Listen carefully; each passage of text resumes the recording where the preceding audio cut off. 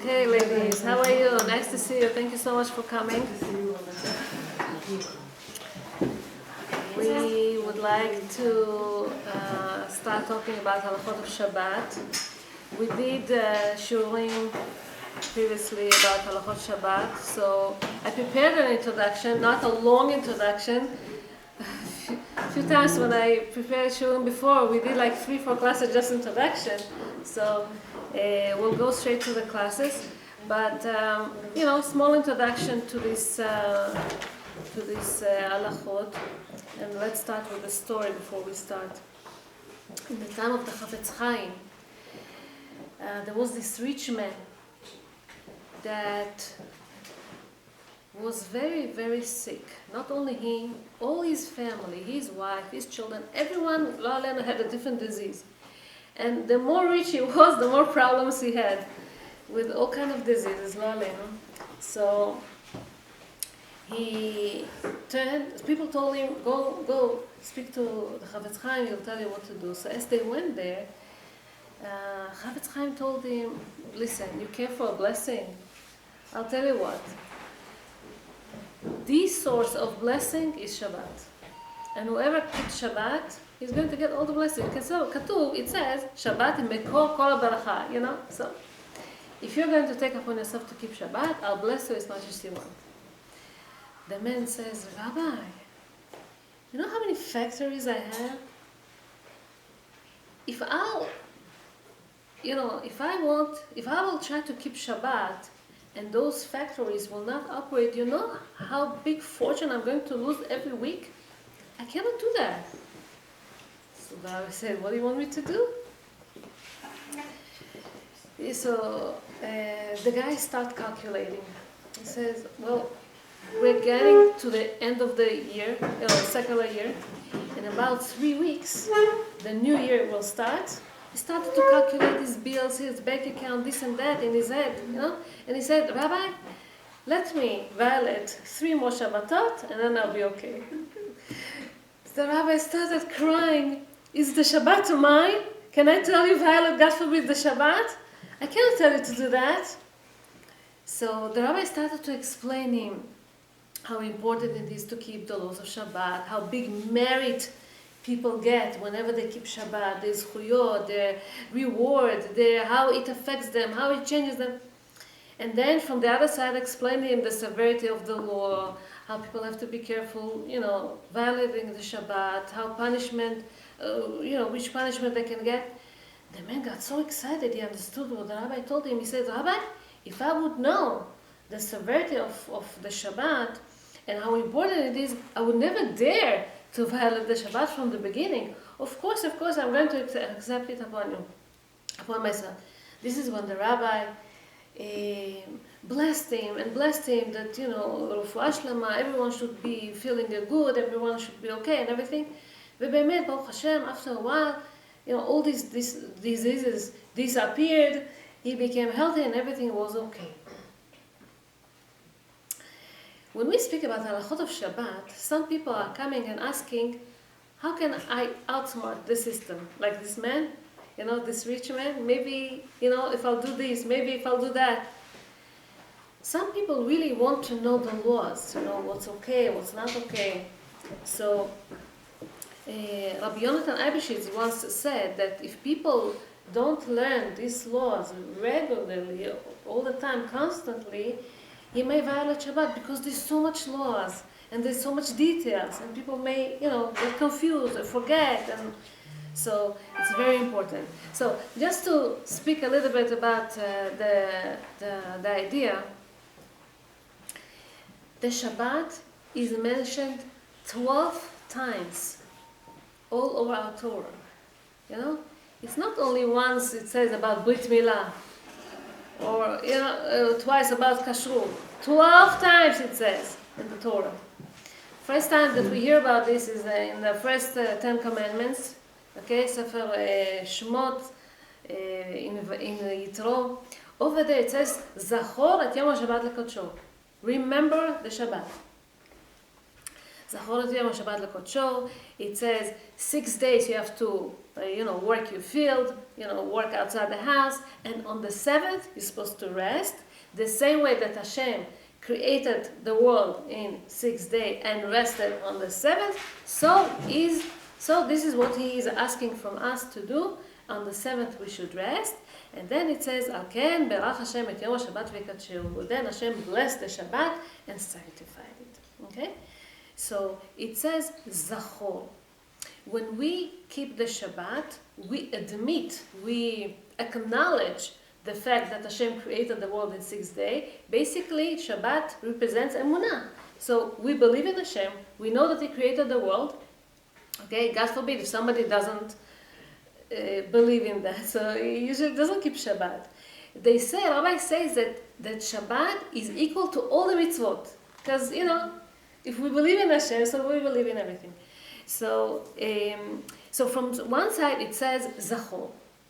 In the second time, when this law is mentioned in the second time in Sefer Dvarim, Parashat V'etchanan, it says again all the 10 commandments. Over there it says Shamor et Yom HaShabbat lekodsho, not Zachor. Shamor it says. And Bamidrash it says Zachor v'Shamor. It was said in one b'dibur echad ne'emru. We heard, it's kind of hard to explain how can you say the same word in one shot at the same time. But this is how it came from heaven. This is how we heard. We heard Shamor and we heard Zachor.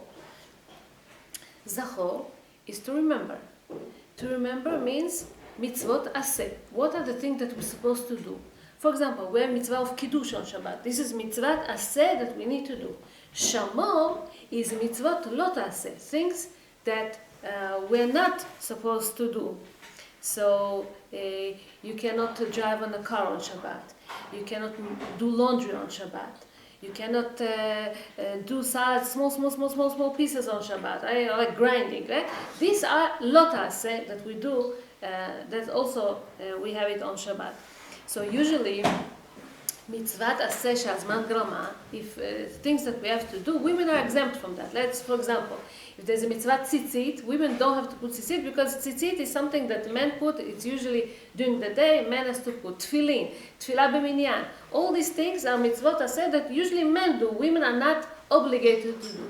But here, women are obligated to do because zachor v'shamor b'dibur echad ne'emru. Because it's both aseh and also lo taseh in the same shot. So women are obligated, little kids are obligated, older people are obligated, everyone is obligated. Like it says in the pasuk, bincha uvitcha ve'amatcha ve'avdecha, your daughter, your son, your servant, your animal that works for you, all these have to rest on Shabbat and not work. So also it says that we have to, one of the mitzvot said that we have to do for the Torah is to pleasure the Shabbat. This is the reason that we prepare all types of food on Shabbat, things that during the week usually we don't do. So much salad, so much great food, and special fish, and special, cake or something. Okay? We do it because we want to pleasure the Shabbat. And the house should be neat, should be clean, clothing, special food. Even the walk that you walk is supposed to be different on Shabbat. The way that you speak, you're not speaking business type, the way that you speak, what you speak, all these have to be different. And with this, we're going to come straight to the laws of whatever we gathered today to speak about, laws of cosmetics on Shabbat. Yeah. I'm just going to interrupt. When you say we're supposed to pleasure the Shabbat, do you mean we have to please the Shabbat Malka, or we should do things that give us pleasure? Both. We're supposed to be feeling good also on Shabbat, and we please the Shabbat also with special menu, with special clothing. The atmosphere in the house is supposed to be a different atmosphere than on regular days. And whenever you make the atmosphere so good, you enjoy it too. It's special, it's different for you than the other days. Now, every shiur that is usually concerns a lot of laws, and I collected a lot of laws, whatever concerns this law of cosmetics for now. Obviously, there's a lot of questions, okay, and I'll try to answer. I'll go through the steps here, whatever we're talking about. If it's possible, please don't ask during the shiur, because probably I will answer that. And most questions in the end is better, okay? So that people don't get confused. Also, another thing, some laws are very private to the people. Some women don't like to apply, let's say, makeup. Some put just a little bit. Some don't like to put at all. And it's very personal. So I'm speaking overall. And if people have questions, so we can speak about this later. Okay, so let's start with bathing. I'll start with bathing and then we'll go to makeup. Usually people are not allowed to take showers on Shabbat. You cannot sit in a bath and bathe on Shabbat. Okay, people cannot go to the seashore or to the pool to take a shower or to swim. Okay, we don't do these things on Shabbat.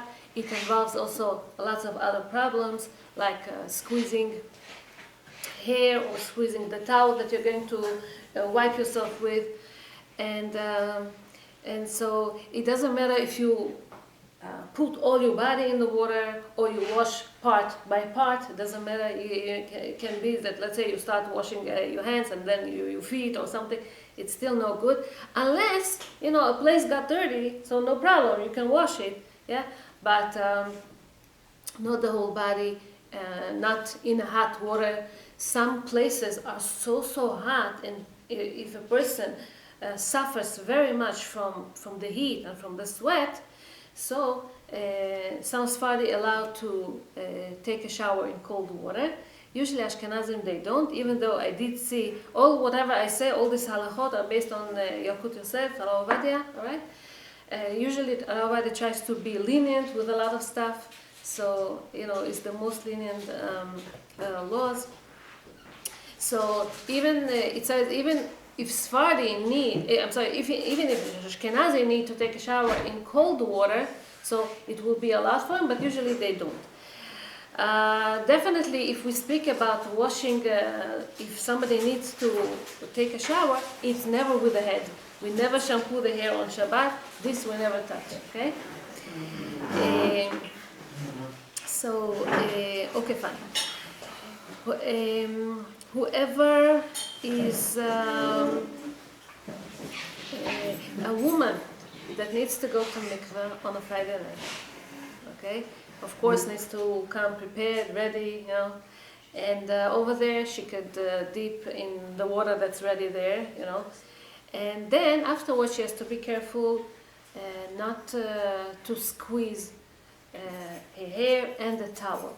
You hopefully take a thick towel and tap slowly, gently on your body, not too strong, so you won't squeeze the towel. And that's basically what it says about a woman, right? And about going to mikveh if she has to.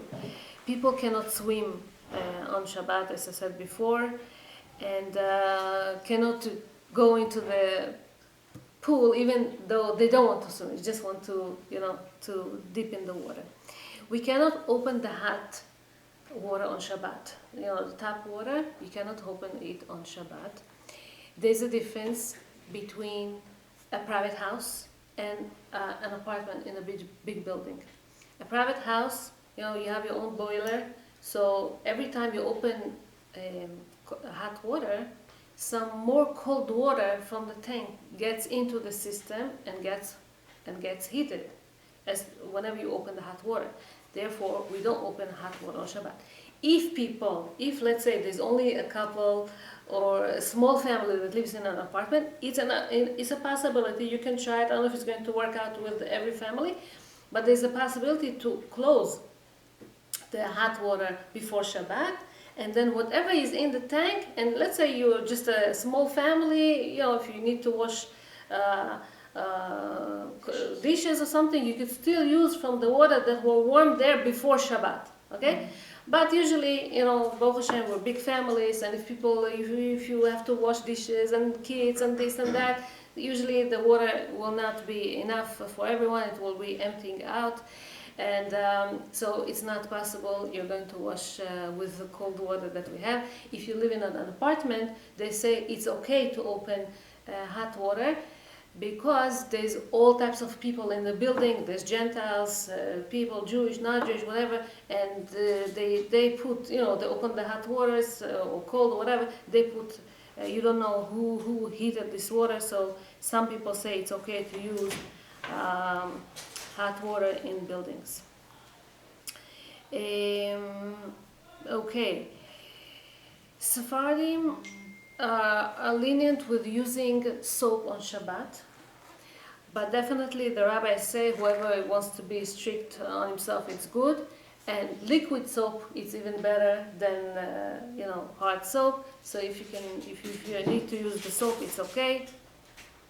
You cannot put this rose water or any perfume into water, into let's say a utensil, and to have a good smell if people want to wash hands with them or something. If you put this scent before Shabbat, it says it will be okay, but otherwise, I don't know who is doing it, but that's what it says over here too. If people need to brush their teeth, okay, that's okay, no problem to brush teeth. You can use toothpaste also in Israel, and also over here you have mouthwash. You can brush with this or any. It's liquid. It's on a liquid form. But if it's a toothbrush, it's a toothpaste. It's also okay. Just have to be careful as you rub, the brush all over. You shouldn't bleed. If you bleed, you have to be careful. Also, dental floss. You have to be careful when you're flossing. If you're bleeding, maybe it's not a good idea to use it. So. This is regarding brushing. Now we're getting to the cosmetics.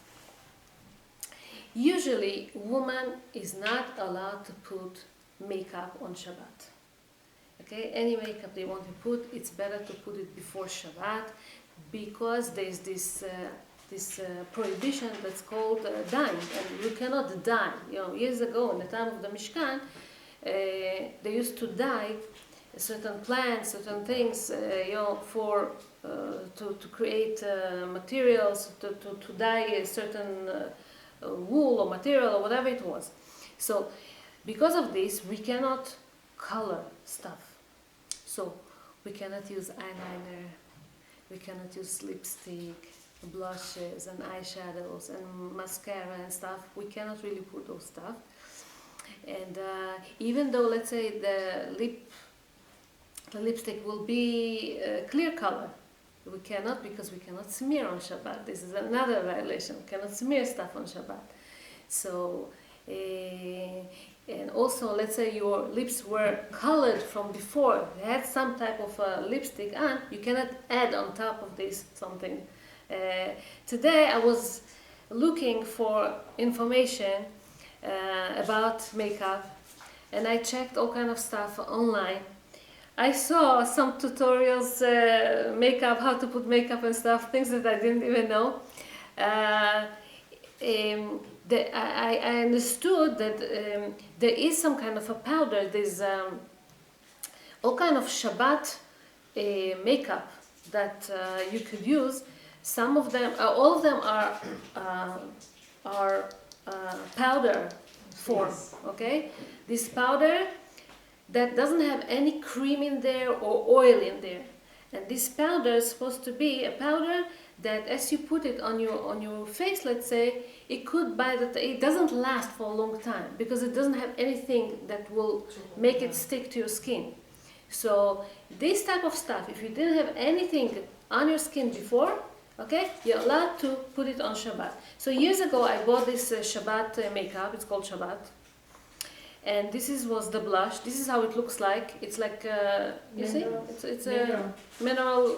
Mineral. Yeah. Mineral, yeah. It looks like a powder. And either you take it with a brush or a little bit with the hand, a little bit tapping, and it's a very strong color. I bought it so many years ago, and because I put so little of this, it lasts for a long time. And also, I never put it on Shabbat because there's really no need. I put makeup before Shabbat, and I'll explain you how to do it before Shabbat. So doesn't really, only whenever we have a holiday for 2 days, sometimes 3 days, together with Shabbat. So I put, I can add it during the Yom Tov. On Shabbat, really, there's no really need to use it. This is eyeshadow, also powdery, very powdery, that you can take some or with zazeh and put a little bit with a brush, put it on top or whatever you need. So this is what you do. In any way, if you put this type of stuff on you, if you had makeup applied before on your skin, you cannot use these things. This you can put only if you have nothing on your skin. And also you cannot mix colors.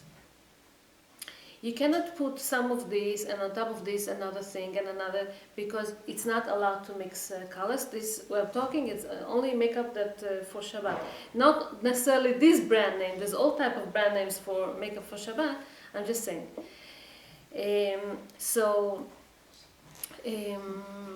What would be these techniques that you could do on Friday so that makeup stays on you for a long time and you don't really have to put any makeup on Shabbat? So there's a way to put makeup, this type of stuff. Foundation. You take some, you can use a brush or you can do it with your hand, and you put on your skin. Some people like to put all over. I personally don't like it, but if you like it, it's good. It's just that, you'll have to change your pillowcase very often, and because it colors everything. So definitely, if you want eyeshadow to stay, so you can apply it on top. Okay, if you want some of the blush to stay, so you apply it also in this area, and then you can put the makeup on, and the makeup stays. Bemet, it stays. The makeup stays. You don't have to buy special makeup for Shabbat for that. If you put it on a Friday, it stays for a long time because you put a foundation before. Now, on top of this, you're going to put the eyeliner, you can put the mascara. All this you do on Friday. You don't have to do it. So sometimes on Shabbat, you're not going to. It's not going to look like you apply the makeup right now. So big deal. But at least you don't look so pale and like you didn't put anything at all. So this counts and this is good and that's fine. You want to ask something? The eyeshadow, can you mix it a little bit with the water? Let's say So that's the second thing that I wanted to mention. That another technique to make the makeup last longer on your face is when you take let's say the brush and you put it in some water. It needs to be damp, not too much wet. Yeah?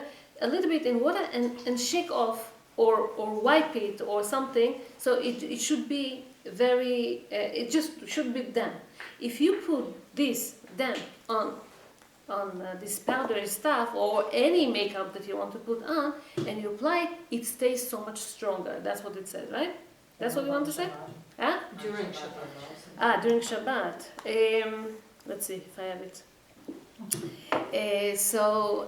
This, what I'm saying, is before Shabbat, so that makeup will last. Then there's these things that I saw that I had at home. Lipsticks that stay for a long time. You don't have to buy a special lipstick unless you want. It's fine. Yeah. The lipsticks that lasting for so long. What is their technique usually? They have strong levels of alcohol or something that vaporizes as you put this on, and it becomes very dry. Mm-hmm. And because it's dry, it stays so much longer on the lips. Would be a good idea to put. They have this stuff over here also. I guess to grease it a little bit, to make it oily a little bit. And also after, and these types of makeup, of lipstick that stay for longer time. I'm telling you, Motzei Shabbat, I have to work so hard to rub it off because it's really strong. It stays for a long time. And this color doesn't bother me so much because it's not flashy too much. And so this is a good idea. And sometimes you can put some gloss on this because it gets dry. So I put this gloss before Shabbat, and if it dries, it's okay. At least this stays. This stays for a long time. I asked the rabbi if it's okay because it becomes so dry. Sometimes it becomes very not comfortable. You sometimes feel like it's breaking. Your lips, huh? And then it can peel off. If it peels off and it pieces, it's a problem. Because a lot of people, they start touching it and pulling it, and this is violation of Shabbat. This is not allowed. So if you're scared that you're going to do it, maybe it's not a good idea to put this. I asked, though, the rabbi if it's okay to apply some olive oil or some type of oil on top, and he said it's okay. Just oil, it's okay to put on top. It's gonna go away. It's gonna go away. Doesn't matter, but it doesn't feel so dry. It's a relief. Huh? You have a relief, some relief. Okay, some relief. But if it's chopped, But we're not allowed to and you put it because it chopped lips, you put it, just for healing, no. Just for, because it's not comfortable and it's very, very dry, but not for healing. So you're not allowed to put the lip balm, but you're allowed to put olive oil? Olive oil you put, yeah, olive oil, because it's liquidy. Liquidy you're allowed to put. Now, yes. So we spoke about this, we spoke about that, yeah. We could, I saw this, I don't know if people need to use it. You could use, for the eyes, there's this tool for the lashes to curl them. Oh yeah.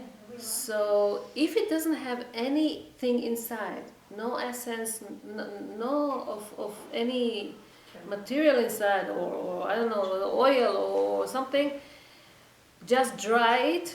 For this it's okay, as long as it doesn't pull any of your eyelashes.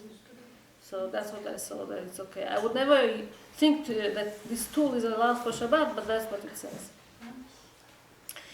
We cannot smear any cream or ointments on the face or on hands on Shabbat. Facial moisturizers could be okay, it says, as long as if it absorbs very much in the skin and doesn't leave a layer of the paste of the oil or whatever, if it's not for healing, if it just to put it because it's dry, it's okay. Whether it's on the face or even in the hands. The rabbis allow a lotion, to put lotion in the hands if it's not so thick like a Vaseline, Vaseline we don't usually put. But lotion, if you absorb it if you rub it and absorb it so nothing stays on the hands, so it says that it's okay. I never used to do that. I saw it. I saw it in the book. It's okay. It's not smearing, It's not called smearing?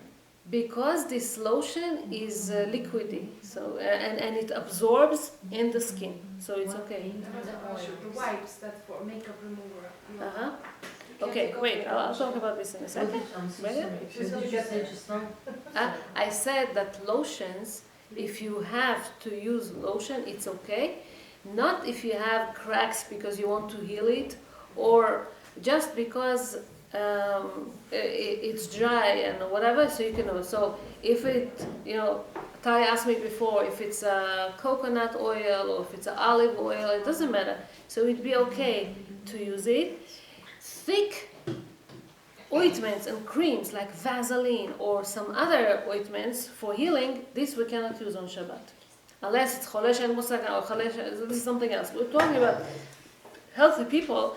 We cannot use creams, ointments, compounds, and stuff like that. Usually I always have dryness on my face. On Shabbat and it bothers me a lot. It's okay to put on something over here on this side? So if it's, again, if we put a makeup, okay, before Shabbat, and it has full of makeup, I don't know, I didn't really see if it's allowed to apply lotion on this on Shabbat. But if you don't have anything on, it's okay to put it. And again, not too much, just a little bit, so that as long as it gets absorbed into your skin, it doesn't leave a layer of paste on your skin or on your hands. Okay, now it speaks about. Somebody asked me before about all kind of perfumes. We're allowed to spray perfume on the skin, not on clothing, not on a handkerchief, let's say, not on your clothing, on your skin, okay? In your hands, it's okay. As long as it comes in a liquid form, it's okay to spray it or to, because it's like oil, you know, like it's okay to do it. So we Why can can't you put it on clothes?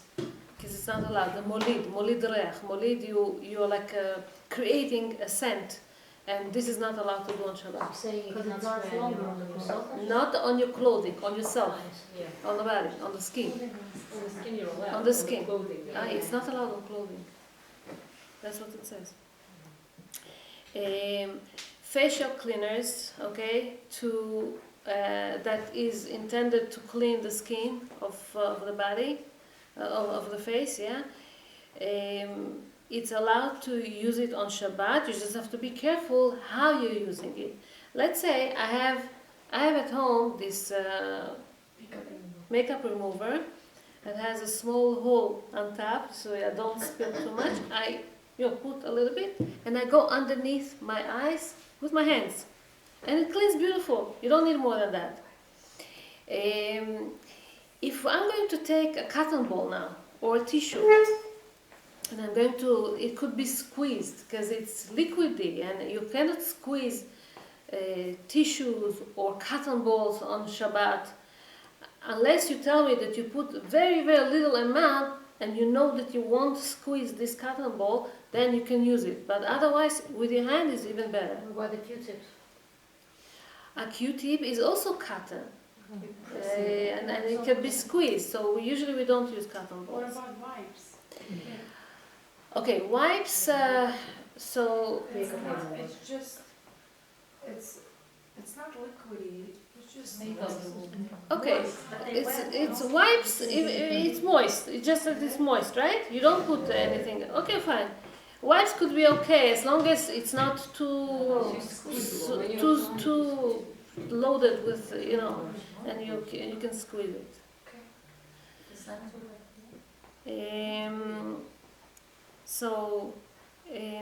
I read, for example, that let's say you have a lot of lipstick on you. You have to be careful when you, let's say, pray with the siddur, not to kiss the siddur because you color this thing. That's why for years I never used tissue to clean my makeup because I was afraid that it's coloring. But I didn't see anywhere that's not allowed to remove with a tissue. I'm just saying. I always used to do it with my hands just to avoid this problem of coloring. So I'm just saying. Can I ask a question? Okay. What if you have a foundation and you're wiping your nose? No. So the foundation comes into your. Yeah, but it's colored. Well. And then what do you do with this? It bothers you that the color changes? Yes, I'm saying that it's in the tissue. Yeah, so no, I'm saying again, I didn't see that it's not allowed to do that. So you didn't violate anything, it's okay. We could use salt soap. I don't know what is salt soap. Somebody knows?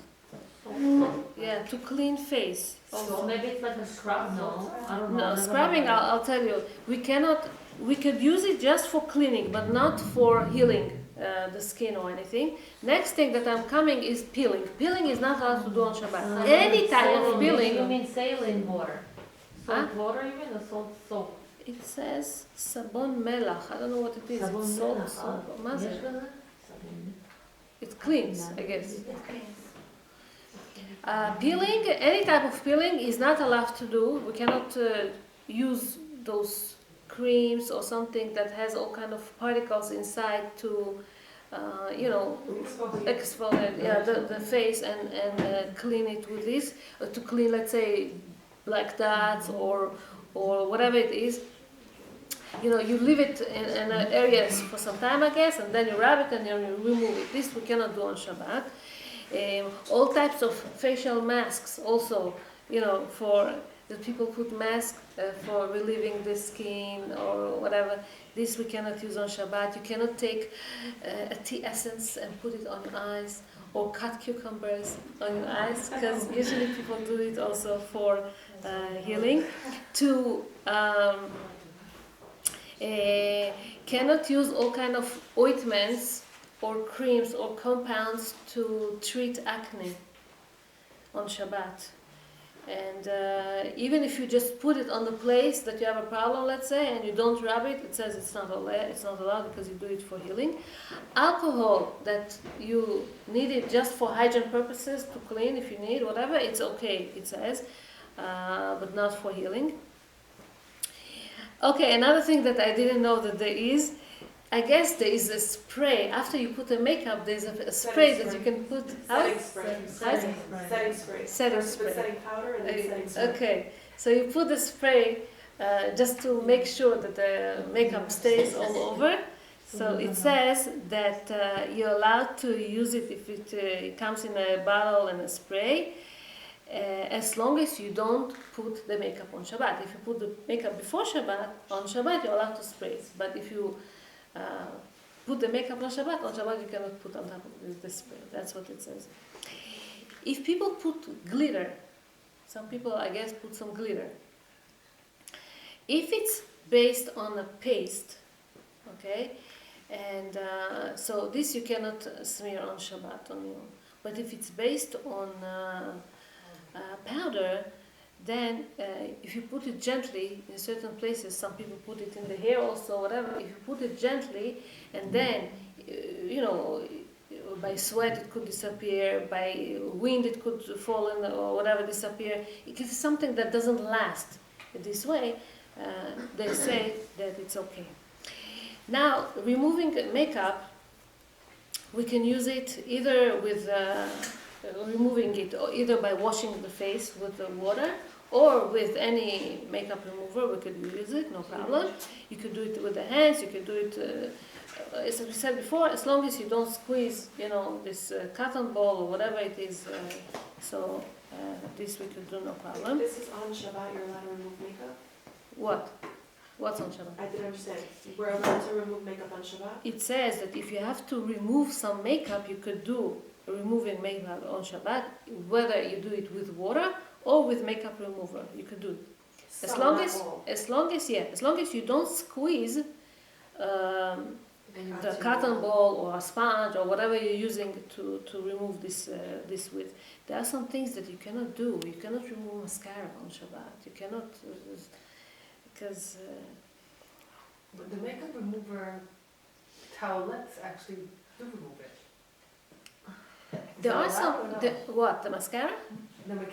Using the makeup remover towel, like the Yes, yeah, they can... If it takes off the they mascara, can- it's okay. I don't know if it takes everything. The mascaras, a lot of them are waterproof, Yeah. and it Yeah, doesn't the scrub really to go take- so much, so easy. Makeup remover, I think so it's oil based. Some are based on oil, some are based on soap. We can't use the oil base. So oil we're allowed to use? You're allowed to use oil based. Oil base we can use? Yeah. Oh, And there's so many. If there's a need to remove, usually we don't remove. It's okay. It's okay. Any question? Usually we don't remove nail polish on Shabbat. Yeah. But let's say there's a need to remove nail polish. Let's say a woman went to a mikveh and there's something left over here. I don't know. So you could maybe dip your finger in an acetone and clean it, or maybe scratch a little bit, with a finger or something. not to use cotton ball, because cotton ball for sure you will squeeze it. So, this way it's possible to do. Toothpick also. Toothpick? Yeah, toothpick is also possible, yeah. All kind of stickers that people put on them, let's say little girls or something, diamonds that people attach to them, all kind of stones, all kind of spotlights or whatever. If they were attached to the body by a paste, okay, so usually we cannot remove them. But if it's attached by something liquidy, you could remove it on Shabbat. This is what it says. We don't usually squeeze on pimples. Some maybe blood can come off or something can come off. This is not allowed because we cannot squeeze it. And of course not to apply any cream on it because of healing. Okay. We could use the spray, air freshener spray, in the air, no problem. Even though smells or scent is coming out of it, it's not a problem on Shabbat. If there's a little baby, okay, we're not talking about babies today, but if there's a little baby, you can use ointment or let's say Dazitine or some kind of diaper rash ointment. You can use as long as you put a spot, and the diaper itself is going to smear it by itself because it's a baby. So for baby it's allowed. But if let's say baby oil will be enough for you, it's more than enough. It's good. It's okay. No problem. It's even better. A person that has pains in his body, and by the doctor's order he has a prescription for some kind of ointment. So also because it's a medical and because it's a prescription, so he is allowed to apply it on his body as long as he put just a little bit, and it should be absorbed in the body. Person that is healthy, usually we don't make massage on them. Okay, people that are healthy for health reasons or whatever, we don't put massage. A person that suffers very much, his neck or his back or whatever body part, very painful to the point that he lays down, he's weak, cannot move or something, because he suffers so much. So we could do a massage with him gently with some oil. It's okay to use for these people that do not feel well. No sunscreens on Shabbat. And a woman, interesting, is allowed to eat strawberries so that, even if her lips are going to be colored, or beets, or, stuff like that, it's okay, no problem.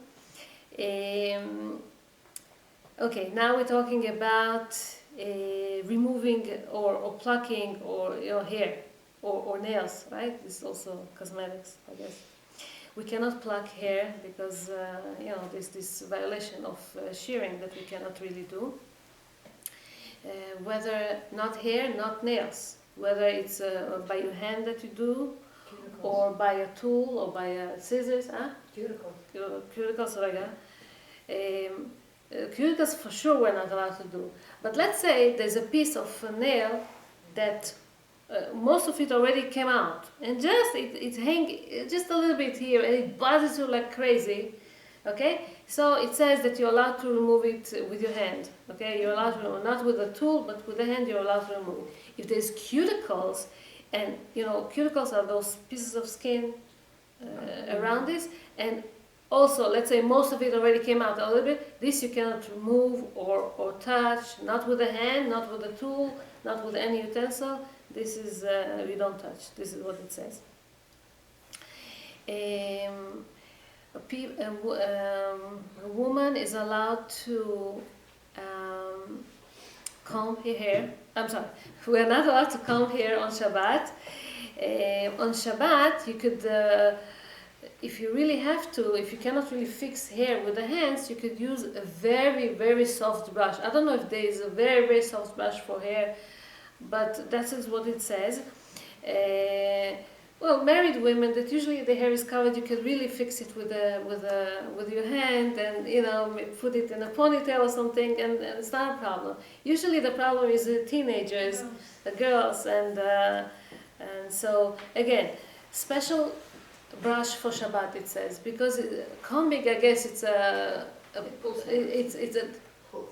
weekday things that we do. So they say if you set aside a special brush for Shabbat, you use just that brush, it's okay, they say. As long as, of course, you don't pull out hair, you can comb the hair, you could put it in a ponytail or a ribbon or some kind of a headband, it's okay to gather hair, no problem.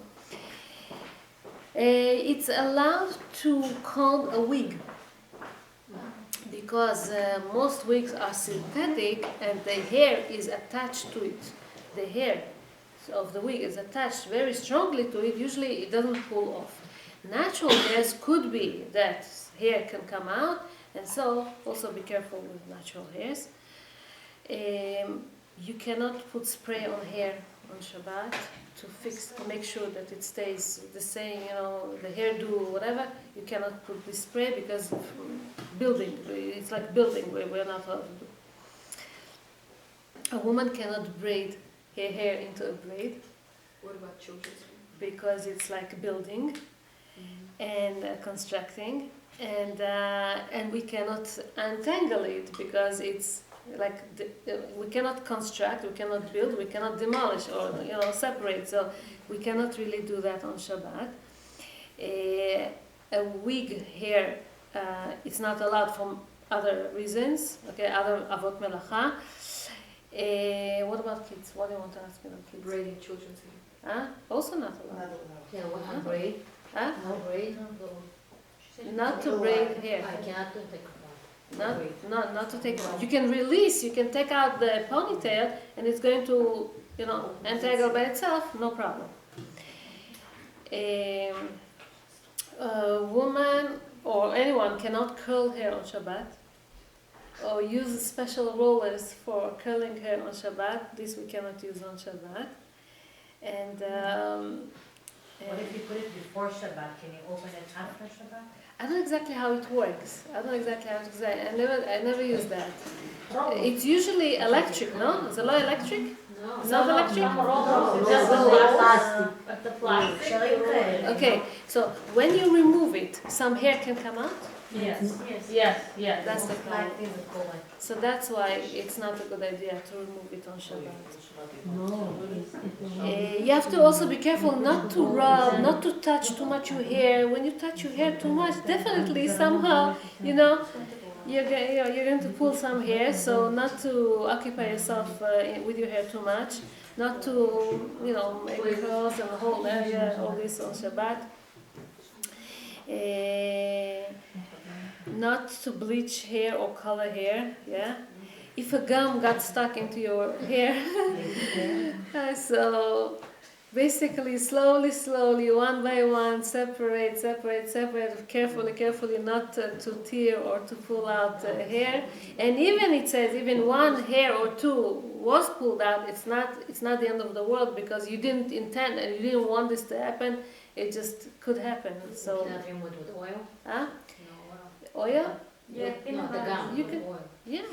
I heard peanut butter is good to put. Peanut butter. Peanut butter is a paste. Oh, sorry. I mean, Or just to ice. remove gum. I don't know if it's okay for Shabbat, but just it. Ice, I heard On a regular basis. Yeah. I heard ice, you put ice. On the gum, you get hard. No, usually you take, if it's in a clothing, you put the clothing in a freezer, it becomes ice, and but if it's your hair, I don't know if you can put the ice and it's going to melt, or it's going to get so much Not a stronger. disaster, you have to cut it. So, Shabbat, yeah. Yeah, so wait. Even little kids that have curled, we cannot curl them or put some water and help them, to get curled and stuff. Any question about that? No?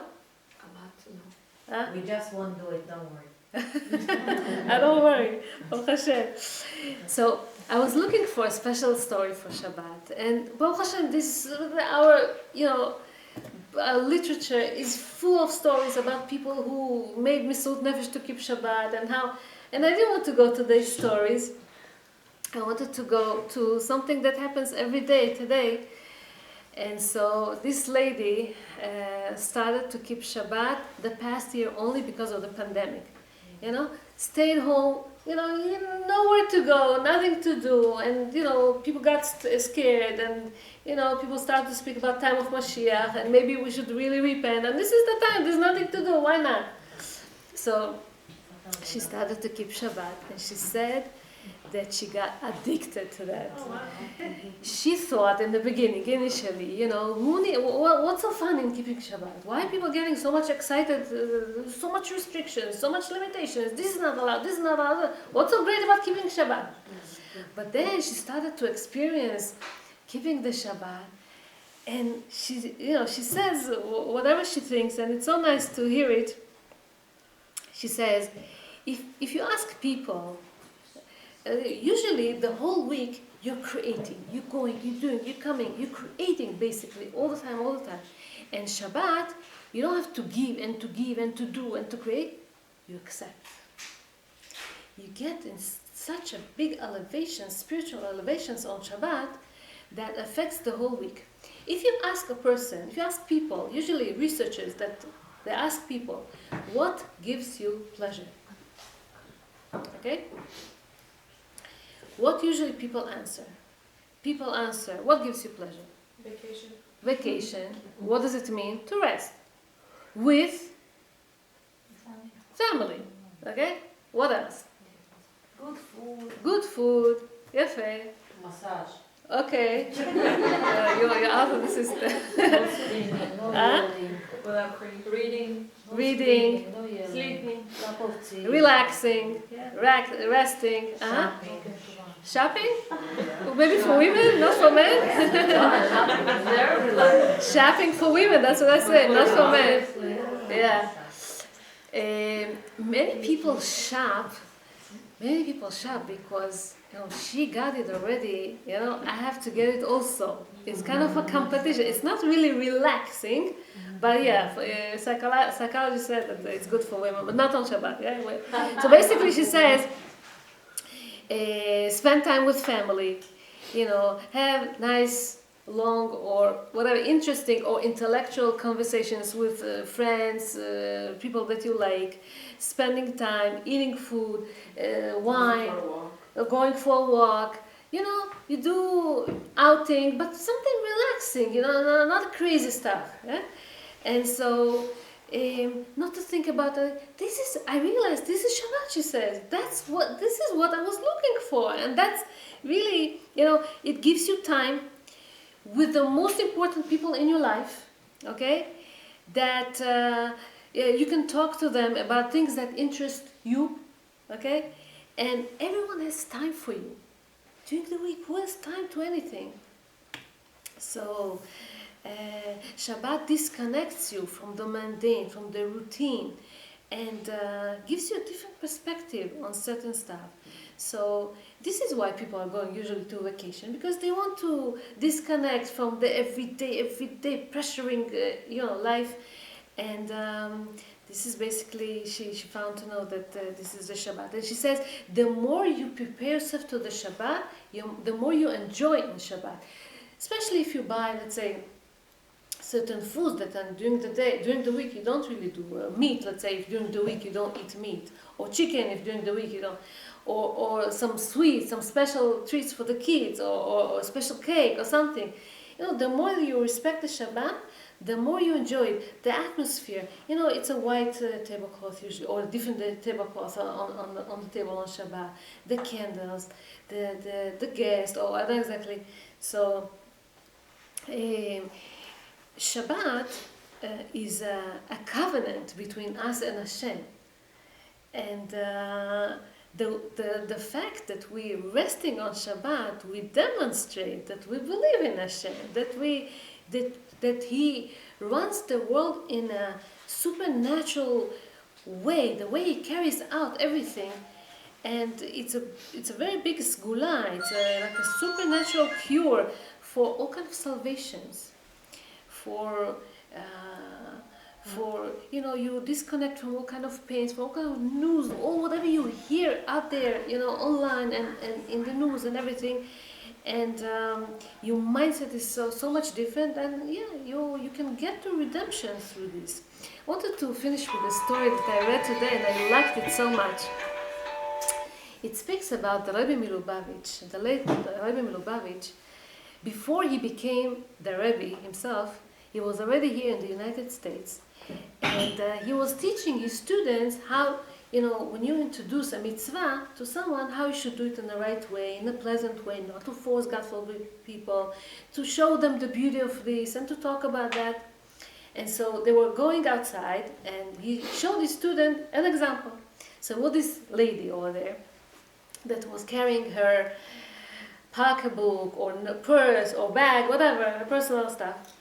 And the rabbi came to her and he told her, on Shabbat, we're not allowed to carry things on Shabbat.